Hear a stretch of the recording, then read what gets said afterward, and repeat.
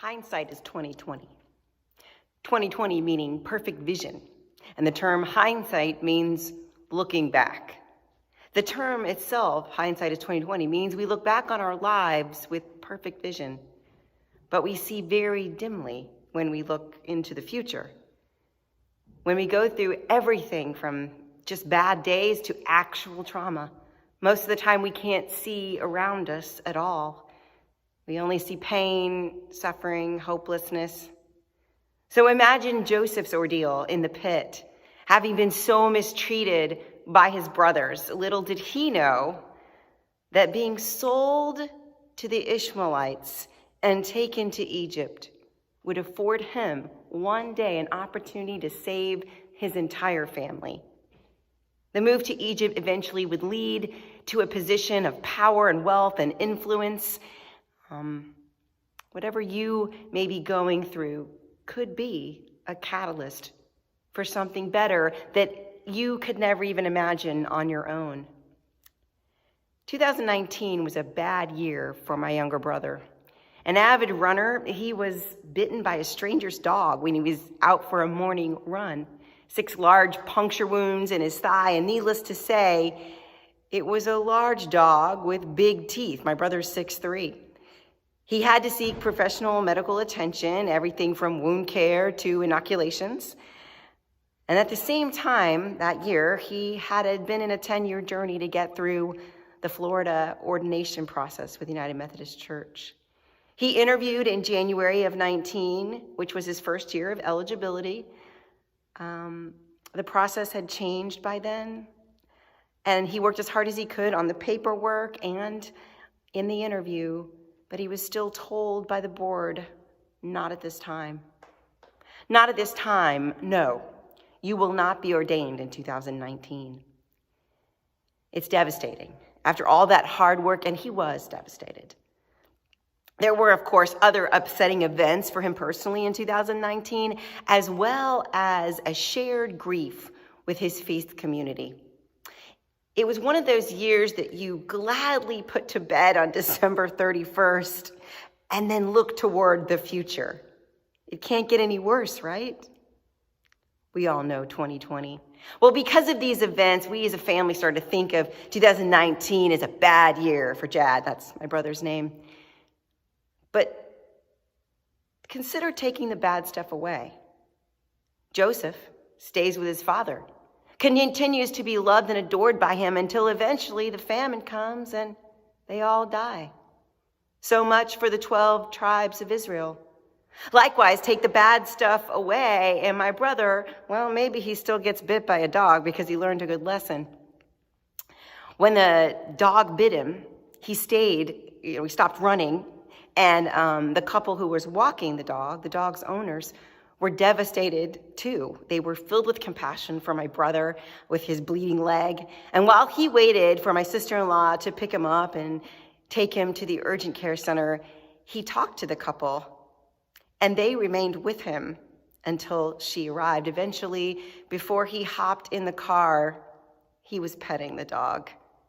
He learned that he had gotten too close to the man holding the leash of the dog, and it's a very protective breed of a loyal dog. In a sense, if my brother had known more about this breed or been paying more attention to where he was going, how close he was to the people standing on the sidewalk, he would have avoided the dog and thigh collision. But you and I can see where this encounter could have gone south had my brother or that couple been different people. I believe that God was at work, even in that dog bite. As a walker and a runner too, I now know the warning and heed it and feel more empowered as I'm out and about when dogs are around. But a dog bite is only a flesh wound. The ordination deferment was way worse. He didn't attend the ordination ceremony that year in 2019 at the annual conference. I went and I sat with my dad and I thought about my brother. This ceremony took place in the auditorium of Florida Southern College in Lakeland. That auditorium holds little significance for my brother or me. It is, however, where my father went to college. Would have been a special event. Well, In January, he went back for the second interview in 2020, and he was approved without question. This was an extra cause for celebration, because after the strife from the prior year, we wanted to celebrate. So my sister-in-law, his wife, arranged for a family gathering to celebrate him. And usually you wait to celebrate till after the actual ordination ceremony in June, after annual conference. But because of the pain of the prior year and the good news that he was approved, we celebrated right then in January. We all came to the dinner she planned, all of us. We hadn't been together like that in many years, even for the holidays. And my mother remarked that all of her kids' feet were under the same table. It was a wonderful evening, and one that I relish now in hindsight. My brother asked my father and I that night to be his ordination sponsors. Every ordinand is allowed to ask 2 elders or deacons in full connection to stand with them during the ordination ceremony. So in my imagination back in January, I looked forward to being crammed into that auditorium in Florida Southern College, shoulder to shoulder, and then going up on stage with my brother and my dad. And that was the best I could imagine for him, for his ordination. I asked a colleague at a conference meeting in February to recommend a place where the family could go to celebrate afterwards. And we went on with life. And then March happened, and everything changed.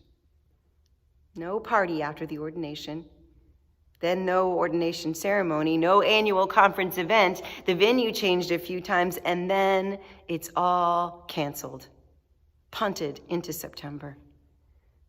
But about 3 weeks ago, we got a confidential email from the conference. They were talking about having the ordination ceremony in a different venue, in a different location. Doing it outside, which would have been safer. So they chose the Warren Willis camp on Lake Griffin in Leesburg. I couldn't have imagined getting ordained in the place where you dedicated your life to Christ, in the place where you felt your call to ministry, in the place where you met your wife, the love of your life.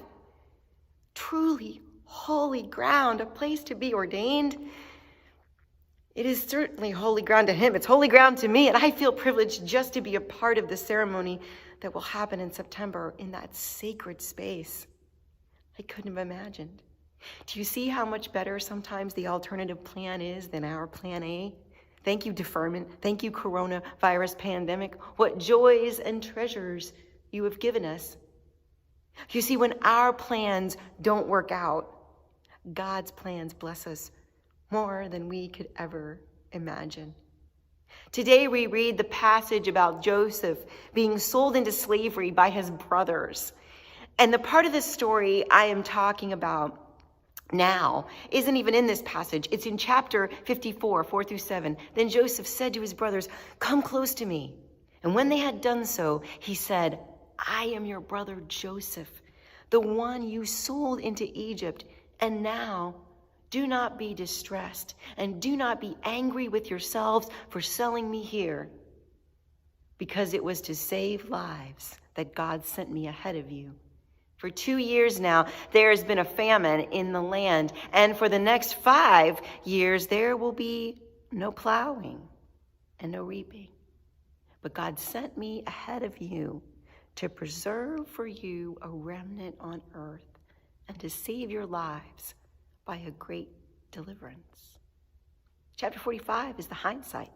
It is only with the perspective of chapter 45 in Genesis that we can read the passage for today with this hope and this lesson.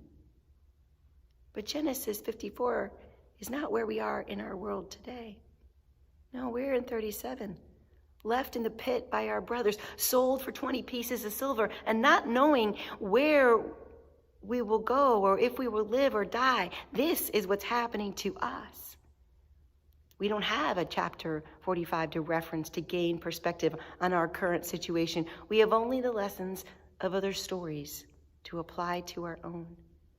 We need to heed the warnings, wake up, pay attention, and look while we have the chance at what we have taken for granted.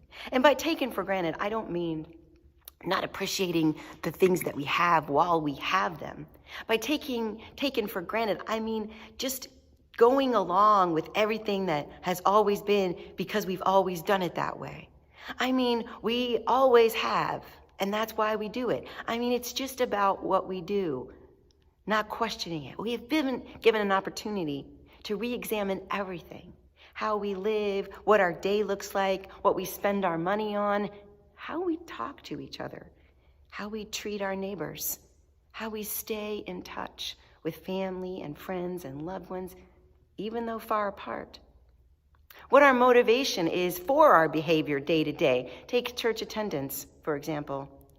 We haven't been able to invite you back into the sanctuary to gather like we used to. It has been for decades, some would argue centuries, the practice of Christians. Recently on a Zoom conference with our district, it was pointed out that even before the pandemic, church attendance was in decline. As part of the reason stated was, and I quote, "People no longer feel guilty about missing church." Result of the pandemic and the culture. And to that I say, good. If your relationship to God is out of a sense of guilt or obligation, maybe you should go back to the drawing board. Maybe, just maybe, that motivation needs to be examined. Ask yourself this: are you praying more since the pandemic hit? Do you feel closer to God as you have been asked to slow down and stay home? Have you seen more of the Bible in the past months of sheltering in place? And who have you reached out to? How have you been together virtually with people you would typically never see because they live far away and always have? What is growing and blooming in you in these different and challenging times? While we're in the pit in chapter 37 with Joseph, who was subsequently imprisoned while he was running the household of Potiphar. He was 17 when he was sold and dispatched by his brothers, and then 30 when he entered Pharaoh's confidence. 7 chapters of Genesis and 13 or so years to get to the place where Joseph reveals himself to his brothers. We don't know how long we will be in this. We don't know who will make it out alive. We don't know when or how or what, but we know who. We know who will bring us through, like Joseph and my little brother. One day we will look back on this trial and we will see what we have learned, how we were forced to innovate, to grow, to question, and to stop taking everyday life for granted. We will look back on how these circumstances have changed us. We will look back with 2020 vision on 2020 and see that in those tough days we had hope, that coming through this has delivered us to a future we could never have imagined on our own. Remember, in the trials of today, that hindsight is 2020. I pray that all will be well. Amen.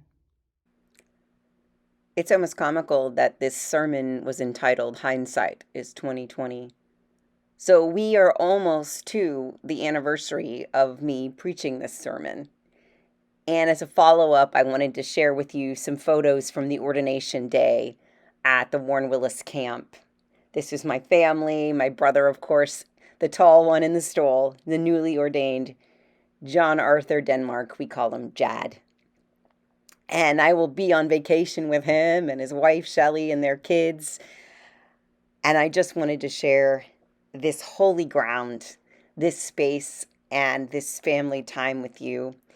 And that when we look back on this time that we're living in, we will see more, even more.